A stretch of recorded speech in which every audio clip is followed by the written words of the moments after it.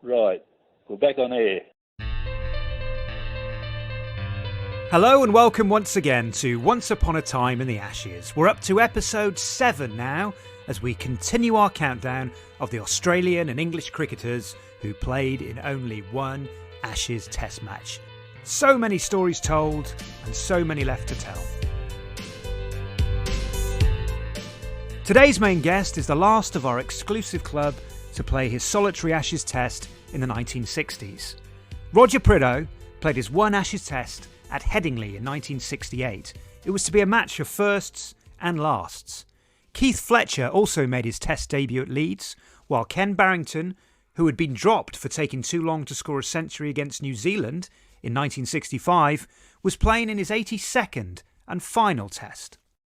Dear old Ken Barrington, I think it was his last test match that he ever played, fourth test at Headingley. And we were standing at the urinal together and he said to me, don't be in too much of a hurry to get off the mark, Fred. And I took his advice well, because I think it took me a few overs or so to actually get off the mark. Unlike many of our other one Ashes test wonders, Roger's performance at Headingley was enough to earn him a place for the next test, the final test of the series at the Oval. But illness forced him to pull out of the side the day before, thus creating a place for the returning Basil d'Oliveira. It was, of course, a decision that changed history. More from Roger soon about his life and times and his take on the d'Oliveira affair. We'll also hear from the cricket writer and historian David Frith, who was at the Oval in 1968 to witness d'Oliveira's majestic innings. And Ian Chappell will give us an insight into how the Australian dressing room viewed the unfolding drama and controversy. But before we get to all of that, it's time to take our customary dive into the Ashes archive. And we're going back to 1946-7 in Australia. This series has already yielded 2 of our one Ashes test wonders, Paul Gibb of England and Ron Hammonts of Australia. In the 4th test of that series, at Adelaide, a certain Harvey made his Ashes debut. But it was Merv who would wear the baggy green before his younger and more celebrated brother Neil. Merv passed away in 1995, but I'm delighted to say that Neil Harvey, 92 at the time of recording, was kind enough to spend some time reminiscing about a very talented sporting family. Well, we had a great time. There were 6 of us. Well, our family was 6 boys and a girl. The girl was the eldest. They were all pretty good cricketers. I mean, 2 of us played Test cricket, 4 of us played Shield cricket, and the other 2 played top grade club cricket.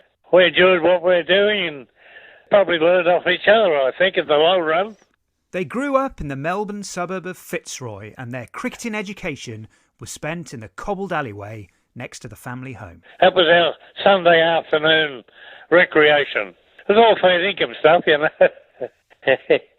And all 6 brothers, Merv, Neil, Mick, Ray, Brian and Harold, would go on to play cricket for the famous Fitzroy club. All played for Fitzroy, yep. One stage of the game where the batting order was Harvey, Harvey, Harvey and Harvey. Yeah, we had a lot of fun doing it, and it was all pretty good standards, you know. Merv, the eldest brother, was certainly the trailblazer in the family. He was 10 years older than me, so well, he got a test match, so he had to be a good player, didn't he? He played for our club side in Melbourne, Fitzroy. He started as a 15-year-older, and we just automatically followed, one after the other. Merv continued to pave the way for the others to follow, making his first-class debut for Victoria in January 1941 against Queensland, batting at number 3. He opened the batting in the next match against New South Wales, scoring 70 in the second innings as Victoria won by 26 runs, despite being over 200 behind after the first innings. But before he could really get going, the Second World War intervened, and Merv was called up in 1942, aged 23. He was in the Air Force during the war, and it was like a lot of up-and-coming cricketers in those days. They all got held back, you know. So something you can't avoid. Yeah, I used to follow it in the newspapers every day, you know. They used to put maps in and who was winning and who was losing and how much ground they lost or how much they won. And so I was one of the lucky ones who missed out. Merv had lost some of his best cricketing years, but there was an Ashes place to play for in 1946-7. He made a timely knock in the Boxing Day match against New South Wales, scoring 136 and hooking Ray Lindwall for 6 into the public bar. Yeah, well, Merv would like to play the hook shot fairly often, so and Ray Lindwall bowling this bouncer, and Merv got inside it and hit it over the final leg boundary. So that was one of his highlights of his life, I think. But even better was to come for Merv when he was selected for the 4th Test of the Ashes series at Adelaide. The opening pair for the 4th Test in Adelaide was Barnes and Morris, same as the 48 team, you know. That was the opening pair. And just before the Adelaide Test, which was the 4th one, Barnes injured himself and couldn't play. So they looked around for another opening batsman. It was either Bill Brown or my brother Merv. And they gave Merv a run. You know, he made 11 and 32. And that's the only game he got because Barnes recovered for the 5th Test match. And when Barnes and Morris get together, they're a bit hard to split up, aren't they? The first of the family to get a Test match, so it's going to be a big deal, isn't it? It was a big deal, but none of the family got to see Merv in action on his big day.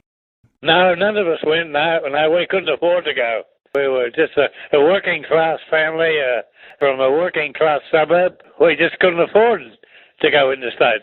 It may have been brief, but what did playing in the Ashes mean to Merv? I think he was only just overjoyed that he got a game, you know. He knew it was deep down that it was going to be a fill-in job only, you know, and there wasn't going to be a permanent place, so he was just too delighted to get the call-up, you know. Yes, that turned out to be Merv's one and only Test match, but there were more glorious days to come for the Harvey brothers. Neil made his debut for Victoria in 1946, aged only 18, and in the 1947-48 season, Ray was added to the Victorian ranks, playing with Merv and Neil in his first 2 matches. In December 1947, Merv made 141 against Western Australia, his final first-class century, and better still, he had Neil out in the middle with him. Oh, that was terrific. I just admire him because being my oldest brother, he had something for me to follow. He became captain of Victoria, and he made that 100 in Perth, and I made 95 with him, and I think he made 170 partnership. So I just looked up to him so much, you know. And fair to say that a lot of people looked up to Neil too. Aussie sporting royalty. A big thank you to Neil for taking the time to share those wonderful memories with us. Stay tuned to Once Upon a Time in the Ashes for more from Neil in future episodes. The youngest Australian to score a Test century, touring with Bradman's Invincibles, being overlooked for the captaincy twice, but finally getting a game as skipper at the home of cricket in the Battle of the Ridge. All that and much, much more. But for now, we must move on to today's main guest. An opening batsman, just like Merv. Roger Prideaux was an attacking opening batsman for Cambridge University, Kent, Northants, Orange Free State and Sussex. He scored 25,136 first-class runs with 41 hundreds. He played 3 tests for England, the first of which was in the 4th Test of the 1968 Ashes. Roger, welcome to Once Upon a Time in the Ashes. Thank you very much. Thank you. Nice to be here. So I guess I just want to start with, we'll get on to your Ashes year of 1968. Yes. But how did you get into cricket as a young boy? Who was your first club side? Well, going right back, I spent the first 6 years of my life in Bombay. In Bombay, if you don't know anything about cricket or you don't play cricket, then you're nobody. My dad was very keen, and he used to take me out onto the racecourse and throw balls at me, and so that was my first attempt at cricket, and I went on from there. But I eventually came to England, obviously went to school, played for my prep school, usual sort of thing. Just went on from there, and all I wanted to do was play cricket. So from a young age, were you thinking about playing county cricket, maybe playing for England, or was that all a bit of a pipe dream then? Well, it was a pipe dream, but it was certainly there. Who was key in your formative years to help you develop your batting? Well, in my prep school, there was a chap called Eric Bickmore who had played a couple of games for Kent. He obviously saw some potential in me, and he used to take me down to the school nets and, again, throw lots of balls at me. And I guess that's how it really started then. What are your thoughts on that? Is it just practice that turns people into sports people, or do you have to have some innate ability as well? Well, I think you've got to have some innate ability for certain, but I think if you want to get to the top, you've got to practice. I remember playing for Northants against Yorkshire one game at home, and Jeff Boycott was playing, I think, his first game for Yorkshire, and he couldn't hit the ball off the square, and everybody was saying, "Oh, who is this guy?" He had quite a write-up. And of course, Boyks, you know what happened, because I think he practiced. I mean, he had an ability, obviously. No, I think you've and I wasn't a good practicer, unfortunately. Right. I didn't enjoy going into the nets too much, not for long anyway. And then you went to Cambridge University, didn't you? So tell us a bit about your time there. How did your cricket develop there? Well, I went from my school, Cambridge School, where I had a certain amount of success. I remember in the freshman's nets, your first year, Ted Dexter was captain. He saw something in me, and from then on, he sort of picked me out of the blue, and that's how it really all started.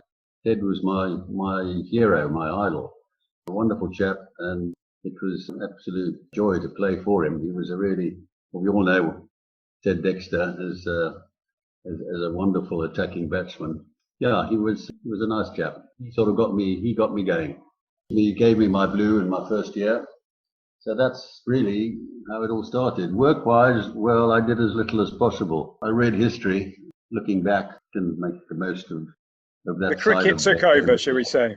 Unfortunately. Do you remember your first-class debut for Cambridge? Funnily enough, it was against Surrey. In those days, the full county sides used to play against the university sides, Oxford and Cambridge. Whereas now I don't think they bother, and I don't think there's much left of first-class cricket as far as universities are concerned. But I remember the side. There was Peter May, there was Ken Barrington, Alec Bedser played. Right. In fact, he bowled us out. The ball swung, and I think he bowled us out for about 60 or something like that. And he was well past his prime. Yeah.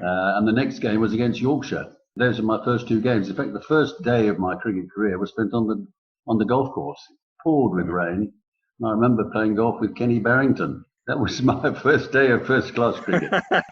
Well, that beats cricket any day, doesn't it? Nice round of golf instead, yeah. Absolutely. But what a schooling to be able to play with all those players. So to have Ted Dexter as your captain, but also to play against the greats of Surrey, Yorkshire.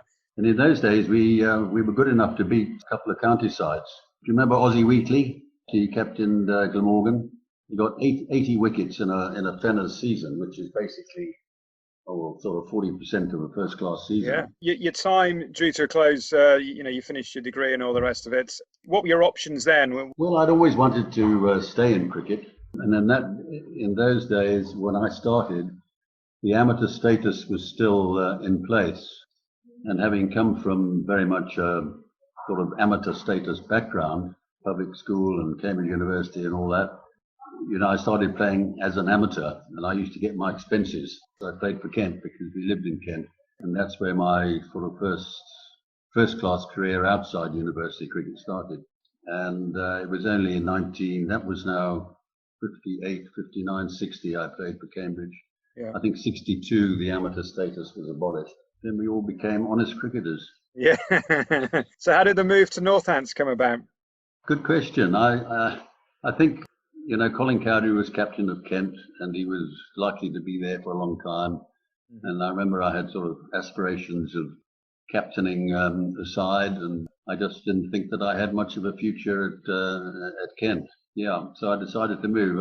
Looking back in retrospect, it probably wasn't a very good decision, but that's the way it was. I'd been on an MCC tour 1960-61, which was an A tour of New Zealand. Eric Russell, he was my opening partner on the tour. It was full of sort of young hopefuls and a couple of old pros like Willie Watson. Dennis Silk was our captain. It was a great tour. Dougie Paget was on the tour, Dougie Paget. Yeah, we quite a good lot of guys there, and we had 3 months dedicated to New Zealand. Which, in the old days, New Zealand was sort of tacked on at the end of an Australian tour. Yeah. So it was quite a beautiful country too. So then I joined Northants, yes. Yeah. And I played under, remember Keith Andrew? He was a wicket keeper. He captained the side for 3 or 4 years and then retired. Yeah, and I played for Northants through 62, 63 through till 1970. Well, funny you mentioned Keith Andrew, actually, because he also played one Ashes Test in Brisbane. He did indeed. At Brisbane. And he was. I think they lost by an innings and plenty.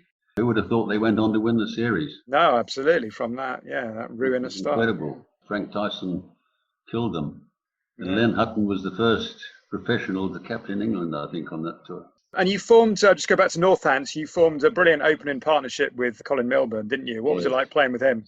Oh, gosh, wonderful. Wonderful guy he was. In fact, he was godfather to my youngest son, and he was an amazing player. I mean, for a man of his bulk, you cannot believe, how quick his reflexes were. He was a great hooker of the ball. And he used to field at bat pad, short leg, and, no helmets in those days, of course. Yeah. And his reactions there in that position were quite incredible. Now, it was a pleasure to play with him. I must say, one game I remember against Essex Clacton, and we put on 300 and something. He got, I think, a double 100, and I got 150. We went in the second innings and both got naught. I used to play second fiddle to him all the time. Yeah. I used to just, knock it around and make sure he got most of the strike. Did you develop a good understanding in terms of running between the wickets and things like that? Well, you couldn't run too many short signals with Colin, but we did. You're right. I don't think we ever had a run out between us, to be honest. Really? Slightly different with Ken Taylor and Geoffrey Boycott. Well, I played with Geoffrey a couple of times. And, did you? Yeah, I was one of his 500 run-outs that he had. Right. You're quite old when you made your Test debut, 29, I think. 28, I think. 28. I think it was just before, a couple of days before my 29th birthday. Were there times prior to that when you thought you were playing well enough to warrant a call-up? Because, looking through the history books, you were top run scorer for Northants for many of those seasons before that. Funnily enough, I talked about that MCC tour to New Zealand. Yeah. And I had a good, a good tour. I was written up quite a lot by a couple of the press, potential, and all that stuff. I sort of went into the wilderness a bit for some time. I always thought I had a chance of getting there eventually, but there were a lot of good opening batsmen around. Eric Russell was one. David Green played for Gloucestershire, the Lancashire, ex-Lancashire player. Alan Jones, Glamorgan. Dennis Amos, Warwickshire. Yeah, if you look at the 65-66 Ashes tour, so that would have been the Ashes series previous to 68. As I was speaking to Eric about this, they took 4 openers on that tour. Edrich, Boycott and Bob Barber. Bob Barber, yeah. So, you're right, there was an embarrassment of riches really at the top of the order, wasn't there? Yeah, there were. Yeah. But Bob, of course, went in number 5 for a long time, and then he developed into an attacking opening batsman and did very well for England. Certainly, and Dennis Amos, funny enough, I was looking at that 1968 results of the Test matches. He played in the first Test and got a pair. Who knows? I mean, he went on to be one of the most prolific run scorers in England, I would say. Okay, well, let's look to 68 then, if you don't mind. You scored 100 against Sussex, I think, didn't you? Yeah, I was at Northampton just prior to being, I did it well just at the time the selectors were selecting the team. Do you think that was the reason why you were selected?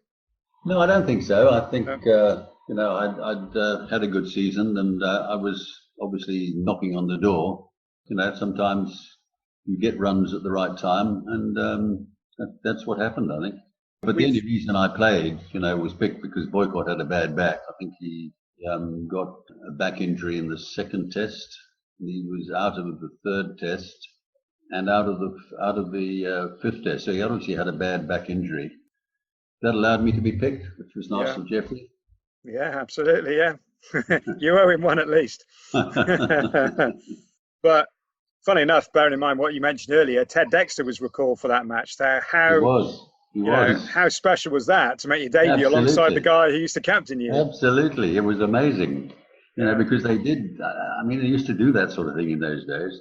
they'd obviously had a phone call to Ted somewhere in the middle of the season, said, Ted, look, I think you need to play a couple of games and get into some sort of nick, and then we can pick you.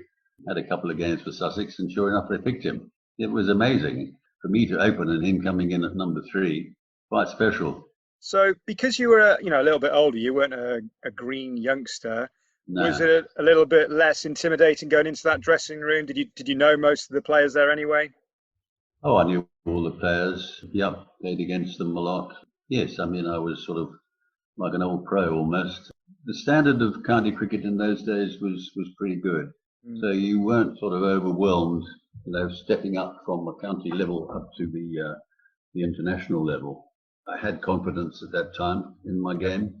I enjoyed it very much because, first of all, I opened with John Edrich, who was a good friend of mine. Shame, we all know he died on Christmas Day this last year. He was a great help, I must say. But the other thing was, dear old Ken Barrington, I think it was his last test match that he ever played. And we were standing at the urinal together, and he said to me, don't be in too much of a hurry to get off the mark, Fred. And I took his advice well, because I think it took me a few overs or so to actually get off the mark. And the other thing I remember was we lost the toss and we were in the field, and I was pushed down to third man or fine leg, can't remember which. And in the first row, all the Yorkshire supporters, and this one guy, and you were quite close to them. The ropes weren't sort of 5 meters in like they are today. You're sort of right up against the picket fence, and this guy says, "And where are you from, lad?" And I thought, wow, if you don't know where your test cricketers come from, mate, it was a bit off-putting. Yeah, so you had to wait until day 2 before you had a bat, didn't you? Because, right. as you say, Australia won the toss, batted first. Yeah, Got them out for 315, so, you were well in the game at that point. Funnily enough, of all the players who were still alive, who only played one Ashes test match, you were the only ones who scored a 50. Is that right? Yeah. You have been looking up all your records, eh? I know, yeah. So, you made 64. What do you remember about that knock? Was you said you were a bit slow to get off the mark, but then did you unfurl a few trademark shots and enjoy yourself? Yes, I used to favour the leg side a lot, although I could drive through the covers quite well. I did, yes. It was strange because we put on 130, I think. Everything just seemed to gel. As I say, I was in good form, so that obviously helped. Australia didn't have a great pace attack. I mean, they had Garth Mackenzie, who was quickish. Alan Connolly was the other opening bowler, who was a typical sort of English medium pacer, I would say. He used to move the ball around, just seam it and swing it a bit. Good bowler, very good bowler. But he's not going to knock your head off, that's for sure. But yes, I remember Johnny Gleeson against him, who I got out to. Finally had the courage to get down the wicket at him and hit him over the top a couple of times. And then, of course, made the cardinal error when I was on 64 of sweeping. Dreadful shot to sweep. And pitched in the rough and got a top edge, quite a thick top edge. And it was going for 6, and Alan Freeman ran around from somewhere and stuck out a left hand and caught it. And that was the end of the story. Disappointed? Very disappointed. Very disappointed. Yeah, you have sort of visions in your mind. I was going to say, when you go past 50, does that happen? Do you suddenly think, hang on a minute, I'm going to get 100 on my debut here? And you have to stop yourself. 50, but certainly when you get into the 60s, 70s, then definitely. But a fantastic knock on debut. I mean, you must have been proud to, I know you're disappointed at first, but when you look back on it, think, well, I performed when it mattered. Yes, exactly. So I say to myself, it was a good innings. It was a pity it didn't go on. We gave England a good start, 130. I remember Keith Fletcher played in the same, it was his debut. And he played instead of Phil Sharp. Well, not instead of Phil Sharp. Phil Sharp was called up to the dressing room as well for the match, and he was dropped. And of course, to drop Phil Sharp on his home ground in front of all the Yorkshire supporters was not a good idea. And it was a low, slow wicket actually. And he had a couple of edges that finished up landing in front of him at about, sort of about a yard in front of him. And it looked as though he had dropped the ball, but he hadn't. And of course, the crowd just gave him a roasting. Right. He got naught in the first innings. I think he was 20 on, not out in the second. But poor old Keith, he didn't have a good start. But he went on after that, as we all know, and played many, many times for England. Was Headingley a place you liked to play? Were you happy that you were making your debut there? Or you preferred it to be somewhere else? Well, I would have preferred it to be somewhere else. I think it was the only game I ever played at Headingley. I don't think I ever played a county match there.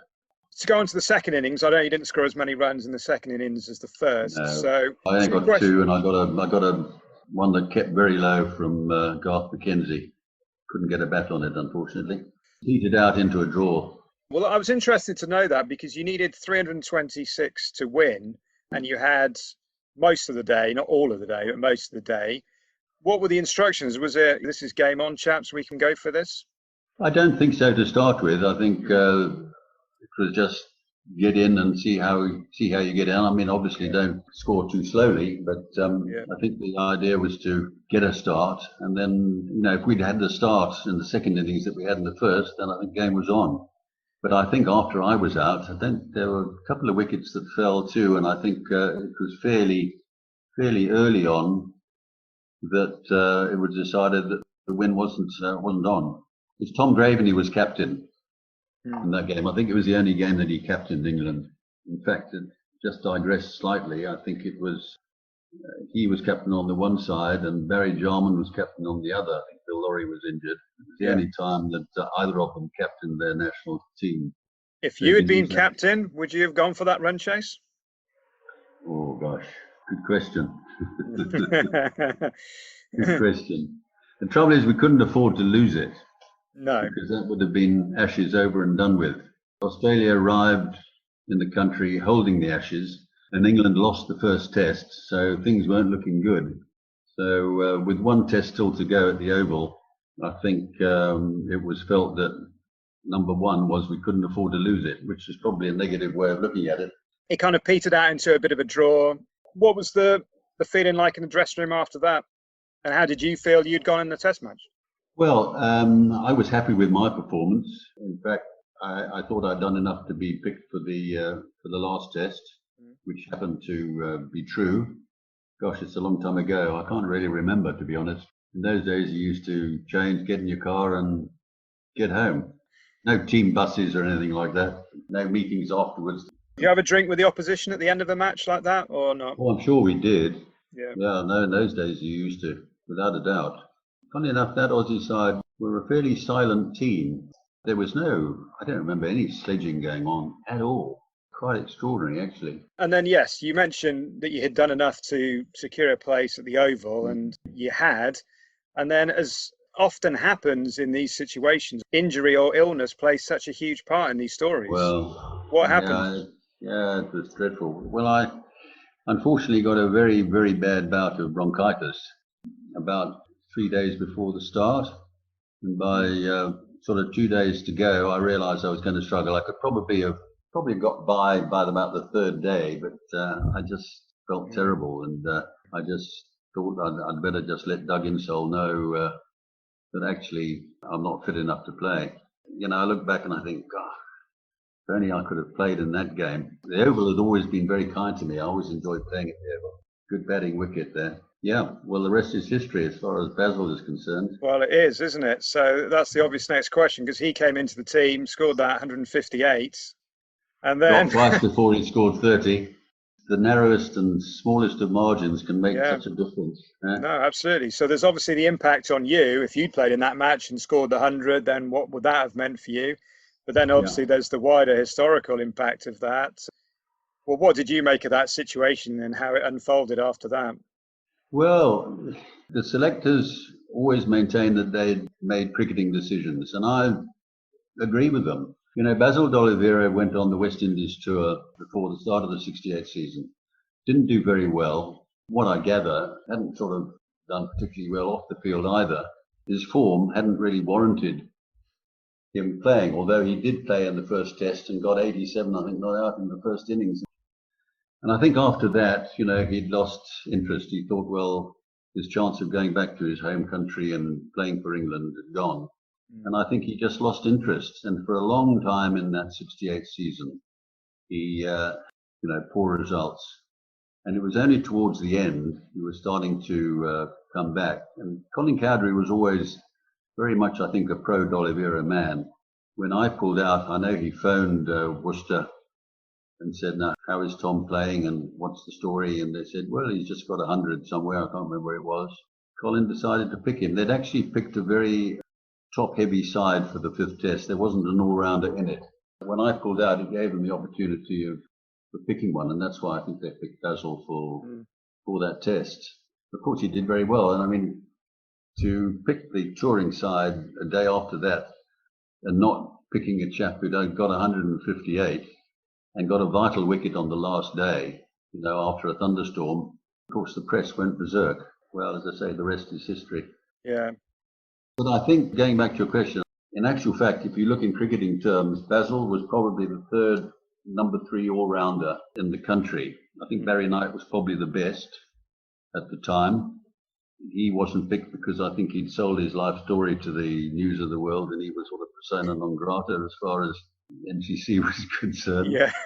Tom Cartwright was probably the next.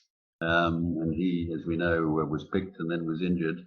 And I think Basil was probably number 3 as an all-rounder. But I mean, purely as an out-and-out batsman, he was probably good enough. In fact, he was good enough to be picked. So it was all a bit of a disaster in one way or another. But I honestly believe that selectors did pick the side from cricketing reasons. I don't think they were influenced by the political side of things at all. Is it something that there's a lot of chat about in the dressing rooms, or do you just get on with the matches? I think in those days we just used to get on with the matches. We weren't interested in the political side of things, and most people thought Basil was a good enough player to play, but they accepted that if he wasn't picked, he wasn't picked. And obviously that denied you the chance to tour South Africa, which having spent a lot of your life over there now, is quite ironic as well. It is quite ironic, yeah. No, it was, I remember getting the letter from Lords about a month later to say that unfortunately the tour had been cancelled. We're going to send you to Pakistan instead. So here we go, into Pakistan. There you go. And we went to Ceylon first in those days. They weren't a test playing nation, and we just went there for a 2-week sort of warm up, which was very nice. And then we arrived in Pakistan in the middle of a political revolution. I was going to say, you'd come from a storm in the UK with all the stuff about D'Oliveira, and it wasn't exactly plain sailing, was it? It wasn't plain sailing at all. And we had the one test in Dhaka on the east side, East Pakistan, in those days, which is now, as you know, Bangladesh. We didn't want to go there because that's where all the trouble was. Dear old Les Ames, who was our manager, had told the British High Commissioner that we really were not interested in going. To which the British High Commissioner said, if you don't come, all the lives of the British subjects in this part of the world are in jeopardy, so come. And the students were in charge of the city of Dhaka, actually. They promised that we would be safe. And sure enough, during the match, nothing happened. Did you feel safe? Yeah, I don't think we didn't really feel otherwise. They're so mad about their cricket that I think they just wanted to see a test match. And what about from a cricket perspective? You played the first 2 tests. Played in Lahore, didn't do well. Played at Dhaka, which was the second one, didn't do well, but we played on an absolute dusty. Literally after 2 overs, the seamers were taken off, and the left-arm spinner and the off-spinner. There was a little left-arm spinner called Pervez Javad or something like that. Second ball he bowled to me. It pitched, turned square, missed my bat by about 2 feet. Went to Hanif Mohammed at the first slip on the full. Yep. Everybody went up, and the umpire said, that's out. And I had to walk past dear old John, and he just looked at me and laughed, but he had a little smirk on his face. But in those days, the Pakistan and Indian, I hope they're not listening, the home umpires was the order of the day. And that was the end of me. They called Colin Milburn back, who was playing in Australia. And he came in and scored 130, I think, at Karachi. On the third day, 25,000 students marched out from the middle of Karachi to the ground, which was out of town, dug up the pitch. And that night we were back on the aeroplane in the third test. I remember Alan Knott was 97 not out and about to score his first test 100. And he just sat in the back. He said, I can't believe this. I can't believe this. That would have been his first. You said when you were protected by the students in Dakar, you felt pretty safe. I'm guessing you didn't feel pretty safe during that third test. Not during the third test at all. No. At all. I mean, when you see these people, I mean, I was 12th man, so I wasn't on the field. I think, we were batting, obviously, because Alan was 97 not out. But when you saw this lot just come through the gates and just jump the fences and dig up the pitch. I mean, it was actually quite frightening. Yeah, I bet it was, yeah. You know, it was one of those grounds where the dressing room is underneath the stand, and we literally locked ourselves in there for about 3 hours, and that was frightening. Eventually, obviously, once they got the students out of the ground, they hurried us through back to the hotel where we were staying, and obviously they'd organised for the plane to take us away that night, and there we were. It was a strange tour. Yeah, very strange. And what about going back to cricket then? Did you think that would be your last test? Because you had the West Indies then that summer, didn't you? Indies were in that summer. Well, the selectors hadn't given up on me because I was picked to captain the MCC side at Lords against the West Indies. And I think they, obviously at that stage, maybe had thoughts of me captaining England eventually and hoped that I would get some runs. But I didn't get any runs in that game either. Unfortunately, that was the end of my international career. Looking back, do you feel unlucky that you only played those 3 tests? No, I don't think so. I think it was fair. As I say, I played because Boycott was injured, so I don't feel bad about that. Edrich and Boycott were the main opening pair, and it was going to be difficult to break into that. As I say, I was old, 29. Difficult to get back into an international side, I think, once you're over 30. Yeah. Although, funnily enough, I think my last 3 or 4 years, I probably was playing the best cricket I'd played in my career. But you know, selectors, they tend to think that you've been around a long time and you've had your chance, and that's it. And then, so you played with Northamptonshire until about 1970, was it? 1970, yeah. 71, 72, 73. Yeah. And you were captain in the side then, so you enjoyed that period? I did. We didn't do very well. We didn't win anything. We didn't have a particularly good side. Yeah, we were sort of an average county side, I suppose. Yeah, no, it was nice. I enjoyed my last 3 years at Sussex. That was good. Playing under, initially, actually, Mike Griffith, but then the last 2 seasons under Tony Greig, which was very good. I was going to ask you about one game for Sussex, actually, because again, to go back to Pat Pocock's conversation. The one in Eastbourne. The Eastbourne game in 1972. Oh, goodness gracious. I scored 100 in the first innings. Eastbourne's a beautiful batting wicket. I think I was on 97 in the second. I thought, come on, let's get this over. And Pat was bowling, and I thought, yeah, come on. And I gave it a good old heave-ho, and dear old Robin Jackman also passed away on Christmas Day, caught me one-handed on the boundary. And I got back into the dressing room, not feeling very good about it. Busy taking off my pads, and then I can't remember who the batsmen were, but one after the other came back into the dressing room and said, "What's going on?" You were chasing 205 to win. We were walking it. You were absolutely walking it, yeah. Pat took 4 wickets in 4 balls, 5 in 6, and then 7 in 11. Was it 7 in 11? 7 in 11 balls. I mean, just ridiculous. Yeah. In his last 2 overs, he took 7 for 4. Oh, my word.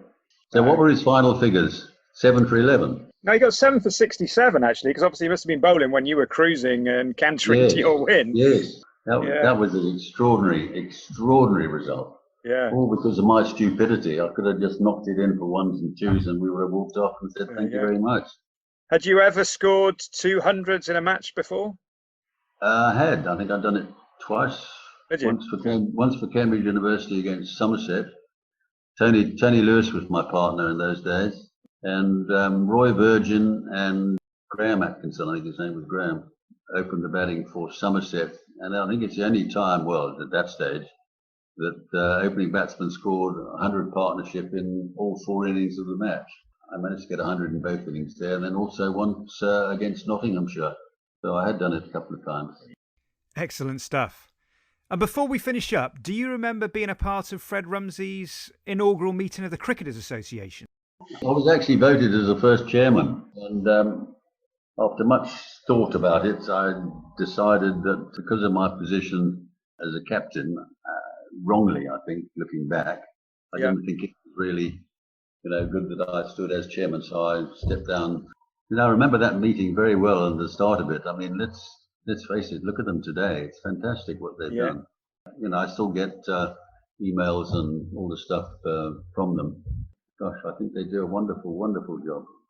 Ken Taylor, Fred Rumsey, Eric Russell and now Roger Prideaux. All one Ashes Test wonders and all present at Fred's inaugural meeting of the Cricketers Association in 1967. A big thank you to Roger Prideaux for taking us through his wonderful cricketing career. And before we leave the 1960s behind and move on to the 1970-71 Ashes series in Australia, let's get a few further takes on the D'Oliveira affair as promised. And let's start with a view from the Australian dressing room with none other than Mr. Ian Chappell. As Australian players, are you aware of what's going on with D'Oliveira during that series? Oh, shit, yeah, because I'd been to South Africa in 66-7, so I was very aware of South Africa and what was going on over there. Basil top scored in the second innings to Old Trafford when we won.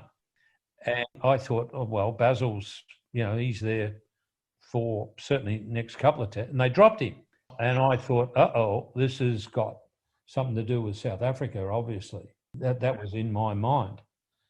And I thought, oh, well, we're not going to see Basil again, which I thought, and I'm sure the rest of the Australians thought was good, because Basil was a bloody tough competitor. And Basil, if you look at Basil's record, Basil always did things when they were needed. He wasn't one of those cricketers who got them when things were easy. He did things when it was tough.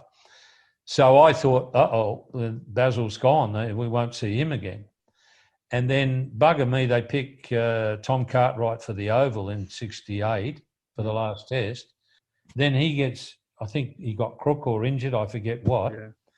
And bugger me, they pick Basil. And knowing Basil, I didn't know him really well at that stage. I got to know him a lot better later on. I'd seen enough of Basil to know, I thought, boys, this is a stupid move, because knowing Basil, he'll just see this right.